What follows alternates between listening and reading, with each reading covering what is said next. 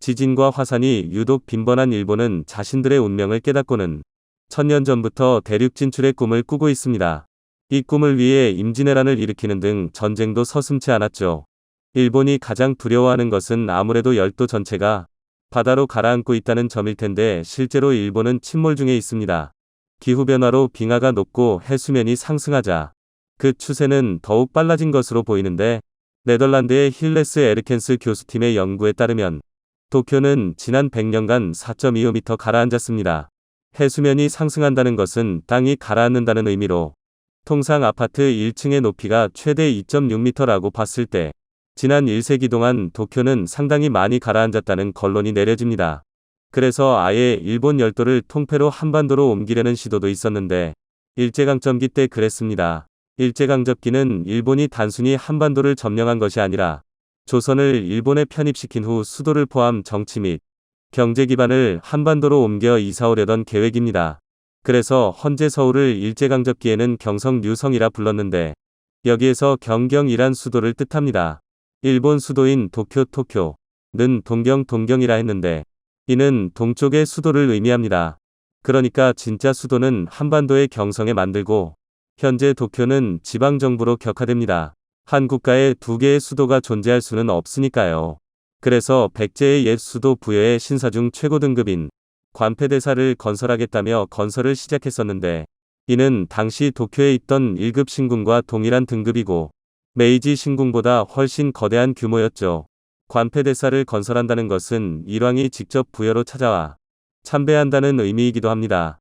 이에 1939년 7월 31일 히로히토 일왕이 직접 라디오에 출연해 부여에 신궁을 건설한다는 계획을 밝히기도 했는데요. 어쨌든 이러저러한 일본의 노력에도 불구하고 1000년 동안 꿈꾼 일본의 대륙 진출의 꿈은 실현되지 않았습니다. DC엔터리 채널은 여러분의 댓글과 좋아요를 먹고 운영됩니다. 1년 전 대통령 선거가 진행될 당시 가장 큰 이슈는 가덕도 신공항과 한일해저터널이었습니다. 가덕도 신공항이야 부산, 울산, 경남 지역의 오랜 수건 사업이기 때문에 그러려니 했지만 한일해저터널은 일약 정치권을 발칵 뒤집어버렸습니다. 당시 이를 적극 검토하겠다던 한 국회의원은 엄청난 비난을 받았는데 왜냐면 한일해저터널은 일본이 1000년 동안 바라던 대륙 진출의 꿈이 현실로 나타나는 것이기 때문입니다. 물론 일본에 비해 적은 재정을 부담하고 일자리가 창출되는 등 기대 효과도 컸지만 일반 시민들의 인식은 달랐는데요. 그렇다면 이 한일해저터널은 불과 몇 년 전에 수면 위로 떠오른 사업일까요? 이 사업은 일제강점기가 시작된 1900년대 초반부터 논의됐었고 일본의 일방적인 조사이기는 했지만 본격적으로 수면 위로 떠오른 것은 1917년입니다. 하지만 광복 후 헌재에 이르기까지 일본은 대륙 진출이라는 품속의 칼을 품고 겉으로는 양국 경제에 큰 도움이 된다며 주야장천 이 해저터널을 제의했지만 한국은 길을 열어주지 않았습니다. 그래서 이 해저터널 이야기가 나오는 순간 친일 논란이 제기되는데요. 그렇다면 일본은 왜 이렇게 대륙 진출을 꿈꾸게 된 것일까요? 아주 긴 역사를 톱어보겠습니다. 지금으로부터 12년 전인 2011년 일본 동쪽 해상에서 규모 9.0의 대지진이 발생하면서 관측 사상 최대 규모의 쓰나미가 발생했습니다. 동일본 대지진으로 붙여진 이 재해로 후쿠시마 원전이 폭발하고 17,000명이 피해를 입었죠. 아마 일본 쪽 뉴스 중 가장 빈번한 것이 자연재해인 지진인데 그래서 일본인들은 늘 불안에 시달리며 삽니다. 이렇게 지진이 잦은 것은 일본의 지리적인 운명인데요. 즉, 일본이 자리한 대륙판 때문에 그렇습니다. 지구 표면은 마치 지구를 감싸안은 퍼즐처럼 조각조각 깨져 있는데 판이라고 불리는 이 퍼즐들은 지구 내부의 작용으로 서서히 이동하며 서로 스치기도 하고 부딪히기도 합니다. 이러한 과정에서 서로 맞닿는 지각판이 더 이상 버틸 수 없게 되면 판의 가장자리인 단층이 튕겨 나가면서 크게 흔들리는데 이게 바로 지진입니다. 판구조론에 따르면 지구는 약 70km 두께의 7개의 대형판과 6개의 중형판으로 형성되어 있는데 일본 동쪽 앞바다는 유라시아판, 필리핀판, 태평양판, 북아메리카판 4개의 경계에 위치하고 있어 지난 40년 동안 전체 지진의 10%가 이곳에서 발생했습니다. 이러한 재해는 일본이라는 국가가 등장했을 때부터 타고난 운명인데 하루가 멀다 하고 지진 피해를 겪다 보니 일본에서는 항상 안전한 대륙으로의 이동을 내세워 권력을 손에 쥐었는데요. 그래서 전쟁이 발발했던 겁니다. 임진왜란의 원흥 도요토미 히데요시는 우선 조선을 점령한 후에 명나라, 유국국 헌 오키나와, 고상국 헌 타이완, 루손 현 필리핀을 점령한 후 천축 헌 인도를 공략해 베이징을 중심으로 한 대통국 대통망을 건설하고자 했었고, 이러한 대륙 진출의 야욕은 20세기로 이어집니다. 대동아공영권 대동아공영권이라는 이름으로 말이죠. 당시 일본은 일본, 조선, 만주, 중국, 몽골 5개 민족이 화합해야 한다며 오족 화합 내세우면서 우선 조선을 식민지로 삼고 만주를 침공해서는 만주사변을 일으켰습니다. 그리고는 1937년 중국 대륙까지 침략해 꿈이 이루어질 뻔도 했으나 미국을 잘못 건드렸다가 핵폭탄 2방의 지도에서 지워질 뻔도 했는데요. 사실 결과가 그렇게 됐기 망정이지 일본이 중국 대륙을 침략했을 때 일본은 큰 그림을 그리고 있었습니다. 우선 일본이 점령한 조선에서부터 그 그림이 시작되는데요. 1917년 일본 육군참모본부는 철도용 스시마 해저터널 건설이라는 계획을 발표했는데, 이 계획은 본토 오른쪽 화살표 스시마 대마도 오른쪽 화살표 부산으로 이어지는 3가지 서로 다른 노선을 건설하는 것입니다. 그리고는 부산을 통해 만주로 올라갔다가 베이징, 난징을 경유한 후 베트남의 하노이 오른쪽 화살표 420 오른쪽 화살표 캄보디아의 프놈펜 오른쪽 화살표 말레이시아로 이어지는 10,000km 위 철도 노선을 건설해 동아시아와 동남아시아를 일본의 손아래에 두겠다는 것이었죠. 그리고 이 원대한 꿈의 시작은 반드시 일본 열도가 부산과 연결되는 해저터널이 있어야 가능하기 때문에 동아시아 종단 철도 계획의 일환으로 한일 해저터널이 검토되었던 것입니다. 1935년에는 일본 내무성에서 한일을 오가는 도로터널을 계획하기도 했었고, 1938년에는 일본 철도성이 조선해협터널 및 대동아 종단철도 구상을 발표해 일본 언론에 대서특필되기도 했었습니다. 그리고 핵폭탄 2방에 좌절된 것인데요. 이후 일본은 몸을 속인 나름대로 산업을 키우며 해저터널의 꿈을 잇고 있었는데 다시 불씨를 지핀 것은 통일교의 문선명 교주인데요. 1981년 서울에서 개최된 제10회 국제과학통일회의에서 문선명은 국제평화고속도로를 주창했습니다. 지구촌 단절 구간을 육로로 잇고 국가 간 교통망을 연결하자는 것이었는데, 이를 위해 1982년 일본의 국제하이웨이 사업단을 설립했습니다.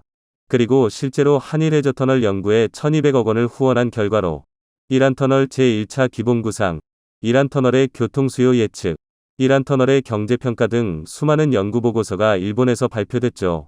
그리고 실제로 일본 사가헌 가라스시에서는 굴착을 시작해 547m를 파내려가기도 했으나 현재는 중단된 상황인데요. 하지만 일본의 적극적인 자세와 달리 한국에서는 많은 연구가 진행되지는 않았습니다. 한국의 입장에서는 그 필요성이 그리 크지 않으니까요. 왜냐면 일본이 없어도 한국은 북한과의 문제만 해결되면 얼마든지 러시아를 거쳐 유럽까지 도달할 수 있기 때문입니다. 지난 2018년 우리나라는 국제철도협력기구 OSJD 정회원국으로 가입했습니다. OSJD는 유럽과 아시아를 잇는 국제철도 운행을 위해 창설된 국제기구로 국제철도운송협정을 관장하고 국제운송표준 원칙을 수립하는 단체입니다. 1956년 소련, 중국, 몽골, 북한 등 12개 국가가 참여해 창설됐고, 현재 시베리아 횡단철도 TSR, 중국 횡단철도 TCR, 몽골 횡단철도 TMGR 등 유라시아 횡단철도가 지나가는 모든 국가들이 참여하고 있습니다. 그러나 우리나라는 2015년부터 정회원 가입을 추진했으나 북한의 반대와 중국의 기권으로 번번이 무산되었는데 2018년 가까스로 만장일치로 정회원이 되었습니다. 이런 상황이라면 만약 유라시아를 잇는 철도가 실제로 개통되면 한국은 동아시아의 종착지로 유럽의 독일에서 시작해 폴란드, 벨라루스, 러시아, 카자흐스탄, 몽골, 중국을 거쳐 한국으로 종착하는, 또는 그 반대로 한국을 시작으로 유럽으로 이어지는 어마어마한 계획이 실현됩니다.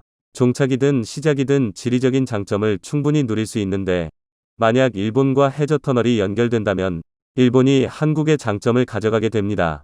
한일 해저터널이 건설되는 순간 한국은 경유역으로 전락해버리는 단접 등등 얻는 것보다 잃는 것이 많죠. 한일 해저터널 이야기가 제기되는 순간 터져나오는 친일 논란, 한국의 입장에서는 잃을 것이 많다는 입장 등이 있어 한국에서 이 해저터널 이야기가 쉽게 논의될 수 없는 이유입니다. 해저터널로 국가를 연결한 사례는 영국과 프랑스를 잇는 유로스타가 있습니다.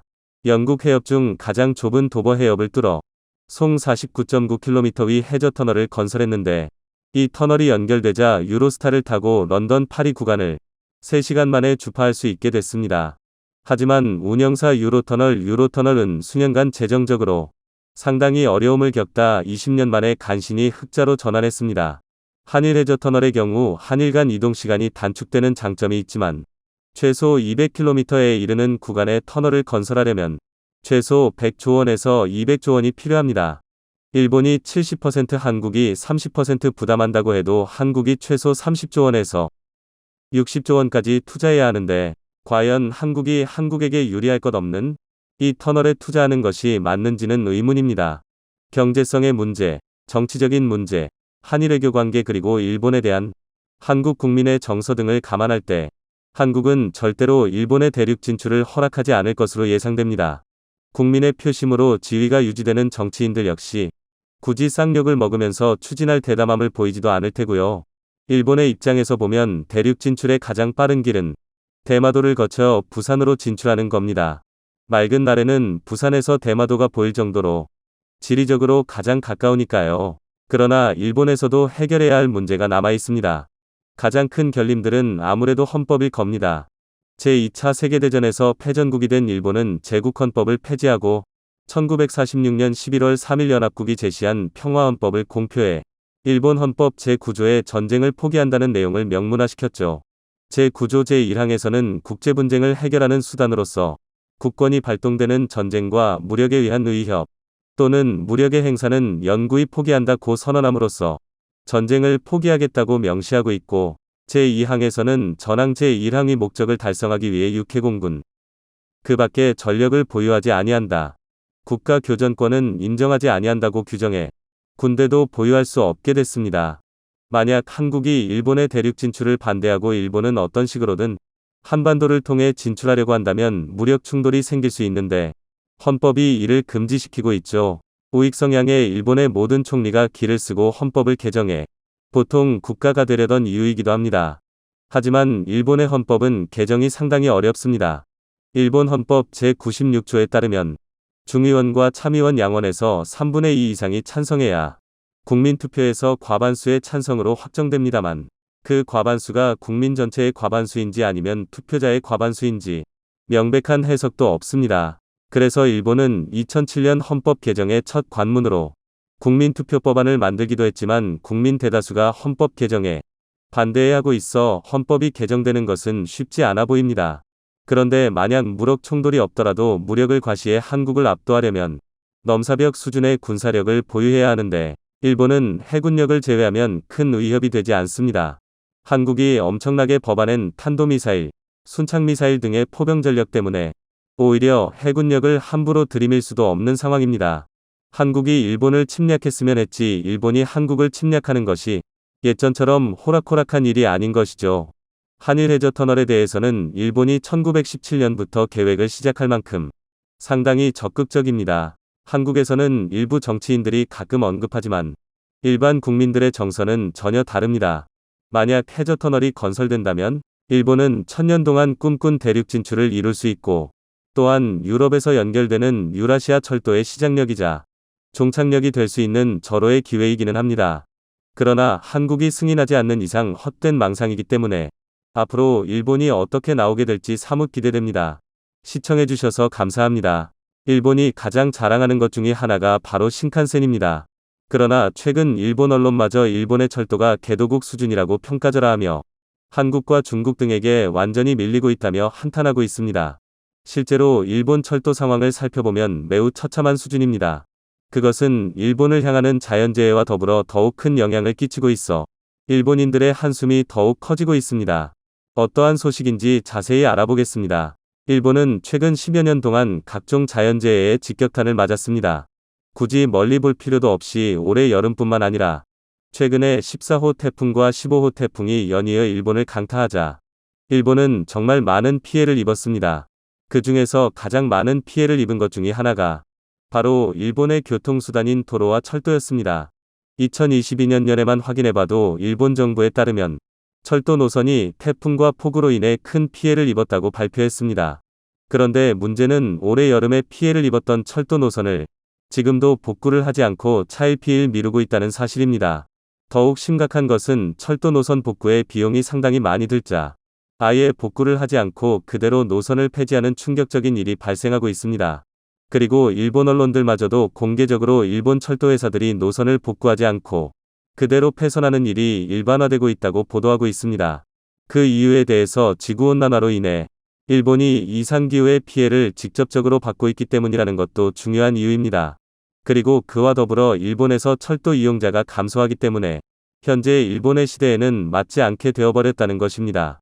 그러나 이것은 표면적인 이유에 불과하며 진짜 이유는 따로 있다고 일본의 철도 전문가는 분석하고 있습니다. 일본 철도 전문가들이 분석한 바에 따르면 일본에서 태풍이나 폭우만 오면 철도의 노선이 사라져가는 상황을 전하면서 일본의 철도 상황이 개발도상국 수준이거나 그 이하라고 해도 과언이 아니다라고 평가했습니다. 그리고 이러한 결정적인 이유는 바로 일본의 철도 민영화라는 것입니다. 철도 노선을 건설하거나 복구하기 위해서는 엄청난 비용이 소요되는 것은 당연한 일입니다. 그러나 이처럼 철도가 민영화되자 비용이 매우 많이 드는 철도 노선 건설이나 복구에 대해서 아무런 조치를 취하지 않고 있다는 것입니다. 따라서 민영화된 철도 업체는 재래선의 투자를 중단하고 낡은 노선을 계속 사용하게 되었고 결국 인프라가 매우 취약하게 변했다는 사실입니다. 민영화된 민간기업은 이득을 많이 내는 것을 목표로 하기 때문에 수리와 복구 등과 관련된 일에는 소홀할 수밖에 없습니다. 만약 일본의 태풍이나 폭우가 자주 오지 않았다면 이런 문제는 지금 발견되지 않고 먼 미래에 나타났을 수도 있습니다. 그러나 최근 수년 사이에 계속해서 일본을 마치 제집인 것 마냥 찾아오는 태풍과 폭우 그리고 폭설 때문에 수리와 보수를 게을리하는 철도 노선이 더욱 큰 문제가 되고 있다는 사실입니다. 거기다가 철도가 지역마다 사업자가 다르기 때문에 철도 노선을 병행으로 관리하고 있어 관리와 보수가 매우 복잡해지고 있습니다. 따라서 재해가 발생하지 않는다고 해도 이미 일본의 철도는 뒤죽박죽이 된 상태였습니다. 언뜻 보면 물리적으로 일본에서 철도의 노선이 서로 연결되어 있는 것처럼 보입니다. 그러나 일본에서는 철도회사마다 다른 신호나 운영체계를 가지고 있어서 다른 노선으로 갈아타는 것이 점점 더 어려워지고 있다고 한탄하고 있습니다. 그리고 이는 일본 철도 시스템의 해외 수출에도 큰 막영향을 끼치고 있다고 일본의 철도 전문가는 지적하고 있습니다. 민영화되기 전까지만 해도 일본의 철도는 카탈로그 판매가 가능했습니다. 여기서 카탈로그 판매란 일본 철도를 일목요연하게 글과 사진 등을 첨부해서 해외에 소개해 판매하는 방식을 뜻하는 것인데요. 그러나 민영화되고 각각의 철도회사로 분리되자 심각한 문제에 직면해 있는 상태입니다. 만약 JR 서일본 회사가 신칸센을 해외에 판매하려고 한다면 JR 동일본 회사도 권리를 주장하며 분쟁이 붙을 가능성이 높습니다. 민영화된 이후에 JR 각사의 차량은 각각의 판권을 가지고 있기 때문에 매우 복잡하게 이해관계가 얽혀있는 상태입니다. 사실 일본은 1980년대 이전까지만 해도 철도를 수출할 경우에 국철차량설계사무소가 관여해 대부분 진행했습니다. 하지만 민영화가 된 이후에 그것이 어려워져서 일본의 철도 신제품 차량 수출이 급격히 감소하게 되었습니다. 결국 이제 일본 철도 경쟁력이 한국과 중국에게 뒤떨어지게 된 중요한 이유가 되었습니다. 특히 일본의 국가기술이었던 철도 기술이 각각의 민간 철도회사에 흩어진 상태입니다.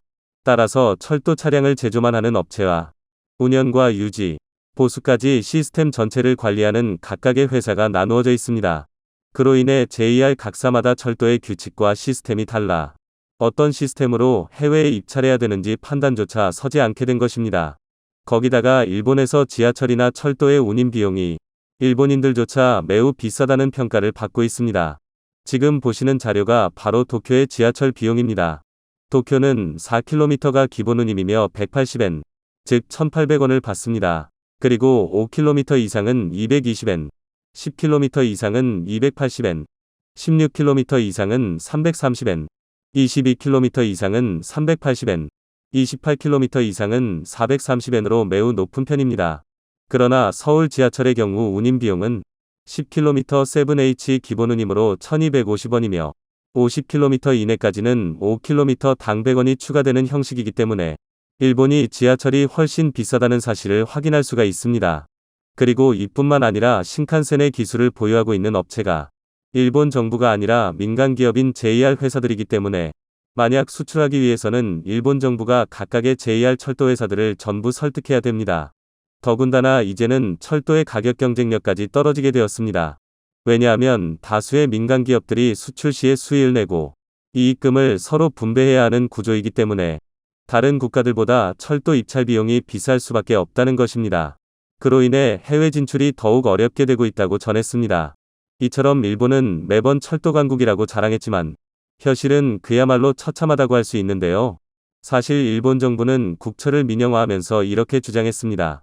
만약 국철을 민영화하면 민간 기업끼리 서로 경쟁하기 때문에 철도의 운임 비용이 떨어진다는 논리를 펼쳤습니다. 그러나 그러한 논리는 전혀 통하지 않았습니다. 오히려 민간 기업끼리 경쟁적으로 비용을 올리는 매우 이상한 상황이 발생했을 뿐만 아니라 일본인들의 안전과 편리를 위해서 필수적으로 해야 하는 철도와 노선의 보수와 수리에 대해서는 비용이 많이 든다는 이유를 들어 기피하는 상황이 발생한 것입니다. 따라서 시간이 지나면 지날수록 일본 철도의 노선은 더욱 노후화되고 있으며 적자가 발생하는 시골 노선의 경우는 아예 폐선하는 상황까지 발생하고 있습니다. 이에 대해서 일본의 철도 전문가는 철도 인프라는 인터넷과 비슷하다고 전하며 만약 일본 지방에서 철도가 더 이상 운행을 하지 않게 된다면 지방은 오히려 더욱 낙후가 될 것이라고 우려를 표시했습니다. 그러면서 작은 섬나라에서 왜 규격을 통일하지 않고 분리되어 있는 것인지 한탄하며 이런 상황에서는 다른 국가에 수출할 수 없다고 전했습니다. 최근 일본의 태풍과 폭우 등 자연재해가 많이 발생하고 있습니다. 그러나 일본의 각각의 철도 회사들은 비용이 많이 드는 보수와 수리에는 게을리하면서 철도의 위험성은 더욱 커지고 있는 것 같습니다. 마지막으로 18호 태풍 로키와 관련된 소식입니다. 일본 기상청에 따르면 9월 28일 9시에 일본 남쪽 해상에서 열대저기압이 발생했다고 발표하며 이내에 태풍으로 발달할 전망이라고 보도했습니다.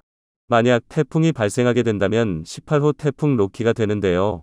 현재 중심기압 1004헥토파스칼이며 최대 풍속이 초속 15m, 최대 순간 풍속이 초속 23m로 아직은 열대저기압 상태입니다. 일본 기상청에 따르면 이동 방향이 불확실한 상태이지만 9월 28일까지는 북서방향으로 이동하다가 갑자기 9월 29일 9시에 방향을 북동쪽으로 들어 일본으로 북상할 가능성이 높다고 전했습니다. 하지만 10월 1일 이후의 진로는 고기압의 방해를 받아 어디로 갈지 분명하지 않은 상태라고 보도했습니다. 그러나 태풍이 일본으로 향하지 않는다고 하더라도 습한 공기가 일본으로 대거 유입되면서 폭우로 발달하는 경우도 있기 때문에 18호 태풍 로키의 움직임에 주의할 필요가 있다고 일본 기상청은 보도했습니다. 오늘 준비한 영상은 여기까지입니다. 얼마 전 일본이 헌법까지 뜯어고치며 한반도를 선제 공격할 수 있다라는 충격적인 발표를 한 건 모두 아실 겁니다. 자, 그런데 한국의 대응에 일본이 발칵 뒤집혔습니다. 다시는 일본의 한반도 침략을 용납하지 않겠다는 강한 의지를 드러내듯 한국은 그동안 공개하지 않았던 극비 무기를 공개하며 일본에 반격을 가했습니다. 한국의 영토에 자위대가 한 발자국이라도 침범한다면 한국은 일본 열도를 한 방에 초토화시킬 수 있는 이 극비 무기를 사용하겠다는 뜻을 밝힌 것인데요. 일본은 한 번도 구경조차 못했던 한국의 최첨단 비밀 무기를 보더니 난리가 나버렸는데요. 일본이 한반도 침략의 야욕을 드러낸 것은 지금으로부터 무려 150여 년 전인 1876년부터입니다. 당시 조선은 일본의 강압 아래 강화도 조약이라는 불평등 조약을 맺었는데요.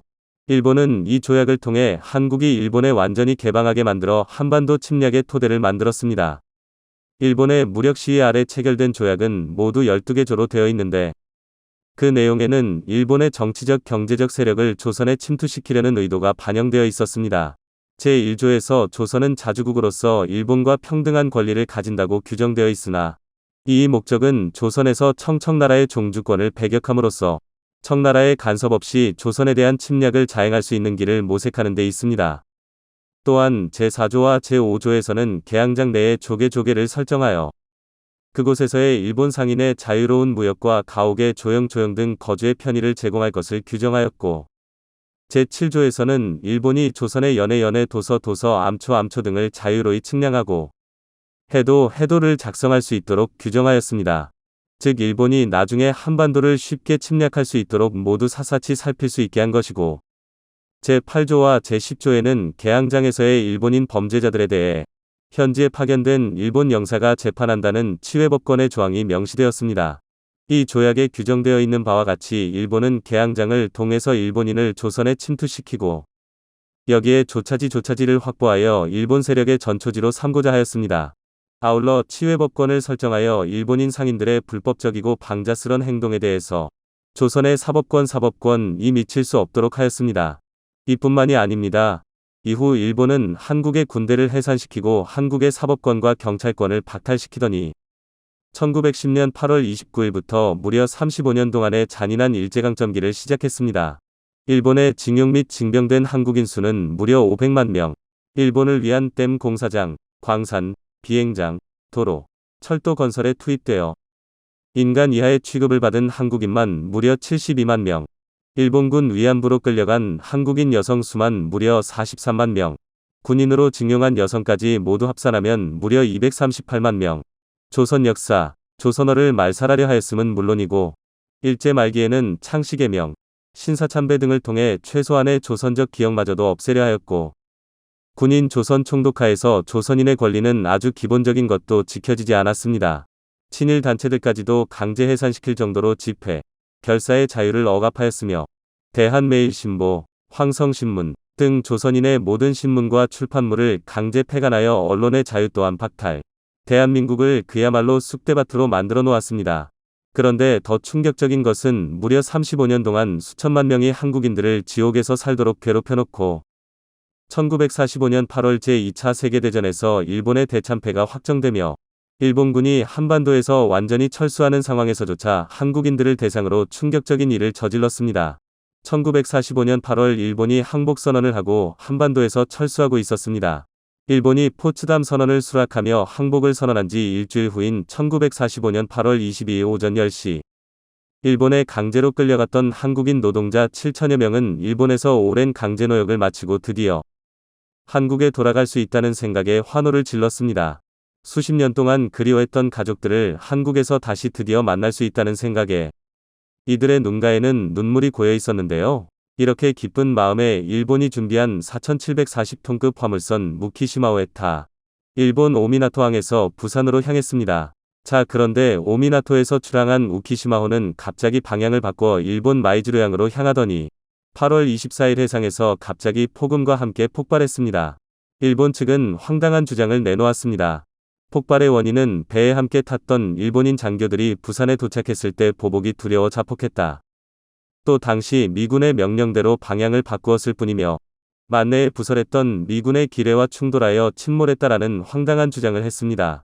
자, 그런데 일본이 발칵 뒤집혔던 이유는 바로 우키시마호를 실제 탐승했던 한국인 생존자들이 있었던 것. 당시 한국인 생존자들은 우키시마호가 폭발한 것은 일본 해군의 계획적인 범죄다. 폭발 직전에 일본 군인들이 문서 등의 물건들을 바다로 내던졌다. 다수의 일본 선원들이 폭발 전에 보트를 타고 배를 탈출했다 전했습니다. 생존자인 고 정기영 씨의 증언에 따르면 일본 병사 둘이서 젖을 먹고 있는 아기를 보며 저 불쌍한 어린애가 꽃 몽우리도 피우지 못하고 가게 생겼으니 큰일이다 라고 얘기했다고 하는데 이는 일본이 계획적으로 배를 폭파시킨 것임이 너무나도 명확합니다. 자, 그런데 이렇게 끔찍한 일을 저질러 놓고 반성은커녕 77년 만에 또다시 한반도 침략을 위해 헌법까지 뜯어고쳤습니다. 제2차 세계대전에서 패망 후 다른 나라에 대한 선제 공격을 못하고 군대조차 갖지 못하게 된 일본. 하지만 2022년에 일본은 다시 다른 나라를 먼저 공격할 수 있고 특히 한반도를 선제 타격할 수 있다는 충격적인 발표를 했습니다. 더 충격적인 것은 독도를 일본 땅으로 표기한 뒤 독도를 지키기 위해 선제 공격도 가능하다고 알렸는데요. 그동안 한국과 독도 영유권을 두고 역사적 사실로 싸운 결과 한국의 대참패를 당하자 이제는 무력으로 빼앗겠다는 것입니다. 이를 위해 기시다 총리는 일본 방위비로 역대 최대치인 65조 원의 예산을 편성했고 앞으로 5년 동안 무려 400조 원의 방위비를 확보할 것을 지시했습니다. 이번 회계연도보다 무려 26%나 늘어난 수준인데요. 한국을 무력으로 찍어눌러 독도를 기필코 빼앗겠다는 것입니다. 자, 그런데 일본과 한국의 무기를 비교하는 주요 외신들의 폭탄 발표가 나오면서 일본 전역이 발칵 뒤집혔습니다. 미국 AP통신은 일본의 미쓰비시, IHI, 가와사키 중공업과 같은 대형 방산업체들은 21세기 첨단이 아니라 20세기형 무기를 판매에 머무르고 있다. 한국의 최첨단 무기들과 비교하면 일본산 무기는 상대적으로 가격이 높고 기술은 노후화됐을 뿐만 아니라 부족한 정부 지원으로 경쟁력마저 떨어진다 보도했습니다. 심지어 일본의 사토헤이고 홋카이도 다쿠쇼쿠대 교수도 일본이 기술이 발달해 있어 상황이 심각해지기만 하면 요즘 최고로 잘나가는 한국을 재빠르게 따라잡을 수 있고 장비 판매를 시작할 수 있다고 생각할 수 있지만 이는 잘못된 생각이다라며 문제는 일본의 방위 제품이 한국산 방위 제품처럼 1등급이 아니라는 점이며 아무도 2등급이나 3등급 제품을 1등급인 한국산보다 더 비싸게 사는데 관심이 없다라고 평가했습니다. 한국과 일본 모두 미국산 전투기와 기타 방위 제품들을 비슷한 규모로 수입하고 있기 때문에 한국과 일본의 방위력은 결국 각국의 방산 제품이 얼마나 뛰어난지에 따라 달렸는데 한국산이 일본산을 압도한다는 평가가 쏟아져 나오고 있습니다. 성능은 훨씬 뛰어난데 가격은 한국산이 훨씬 저렴하기 때문에 절대 금액으로 방위 예산은 일본이 한국보다 더 높을지 몰라도 방위력은 한국이 일본을 압도하고 있습니다.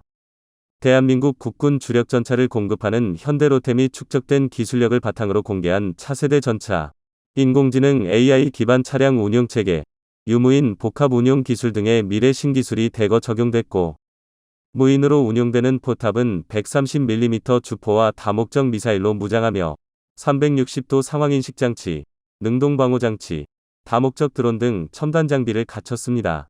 일본의 구형 전차는 감히 비교를 거부하는 수준입니다.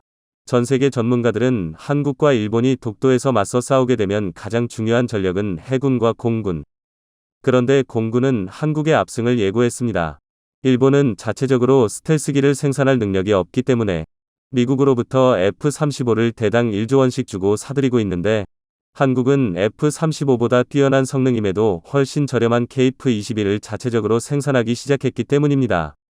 전문가들은 KF-21이 현재는 4.5세대이지만 곧 개량 버전이 나와 미국의 F-35를 뛰어넘을 것이라며 KF-21 이전 세계적으로 주목을 받고 있는 이유는 바로 KF-21은 추가적으로 옵션을 계속해서 쉽게 추가할 수 있는 구조로 설계가 됐기 때문에 5세대, 심지어 6세대 스텔스기로도 업그레이드가 쉽게 가능하다고 설명했습니다. 자, 그렇다면 일본이 한국을 상대로 승리하려면 공군은 이미 패배가 확정이기 때문에 해군에서 압도적인 승리를 거두어야 하는데 8200톤급 차세대 이지스 구축함 정조대왕함을 보고는 망연자실해하고 있습니다.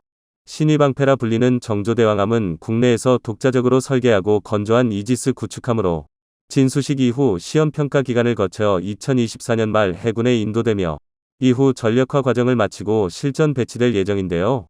해군의 첫 8200톤급 이지스 구축함인 정조대왕함은 특히 최신 이지스 전투체계를 탑재하여 탄도미사일에 대한 탐지, 추적뿐만 아니라 요격 능력까지 보유해 전 세계 최고의 구축함으로 평가받고 있습니다. 이지스함 구축 비용은 한 대당 1조 2천억 원이 넘는데 현재 이지스함을 보유한 나라는 한국을 포함해 세계에서 6개국에 불과합니다. 그런데 한국이 이지스함 중에서도 상상을 초월하는 최첨단 무기들로 도배한 8200톤급 최첨단 정조대왕함을 공개하면서 이제 일본은 더 이상 한국 해군에 덤빌 생각조차 못하게 된 것인데요. 정조대왕함은 신의방패로 불릴 만큼 탄도미사일 요격 능력이 뛰어날 뿐 아니라 주요 전략 표적에 대한 원거리 정밀타격 능력도 세계 최고 수준입니다.